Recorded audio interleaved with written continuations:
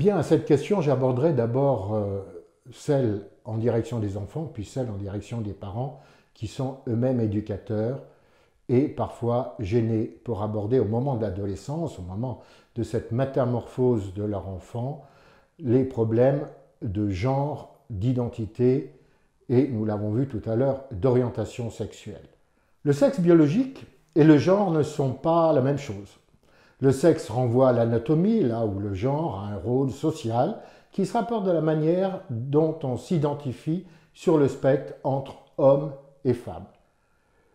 On peut donc avoir un appareil génital masculin et s'identifier comme une femme, ou le contraire. Ainsi, on peut parler de transidentité, c'est-à-dire avoir un appareil féminin et se sentir homme, par exemple. 1,7% de la population se disent intersexes en plus, c'est-à-dire naissent avec des caractéristiques sexuelles qui ne correspondent pas aux définitions traditionnelles binaires du corps masculin et féminin. Le genre, le sexe et la sexualité ne sont pas des catégories similaires, elles peuvent toutefois se recouper.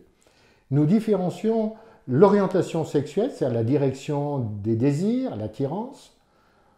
L'identité sexuelle, c'est le mot pour se définir soi-même, masculin, féminin, et la pratique sexuelle, ce qui relève de l'agir, du faire. On est en direction hétéro ou homosexuel, par exemple. Nous différencions donc le genre assigné à la naissance que nous donnent nos parents, et c'est leur rôle, c'est un garçon, c'est une fille, de l'identité de genre de la personne qu'il devient avec la culture.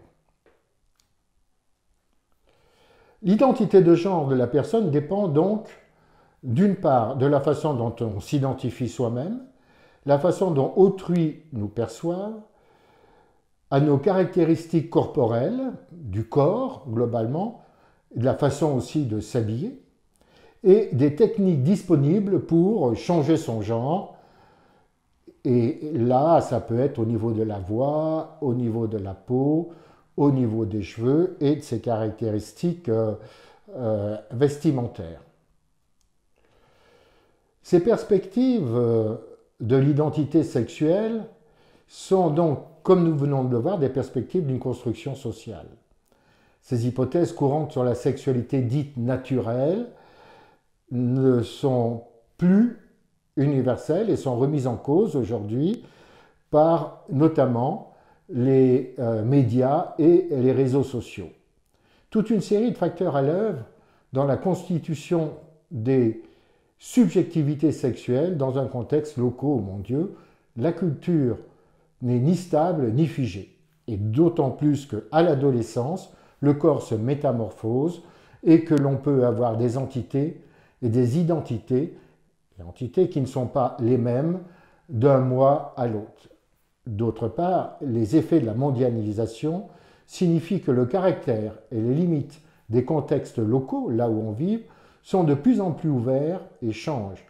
Cela peut mettre en difficulté les parents qui ont accompagné leur enfant, garçon ou fille, et voir leur identité évoluer. Le dialogue, le respect, la patience, puis la vie permettront à ces adolescents qui deviendront adultes de trouver eux-mêmes leur identité et le bien-être dans leur rapport à eux-mêmes et dans leur rapport aux autres.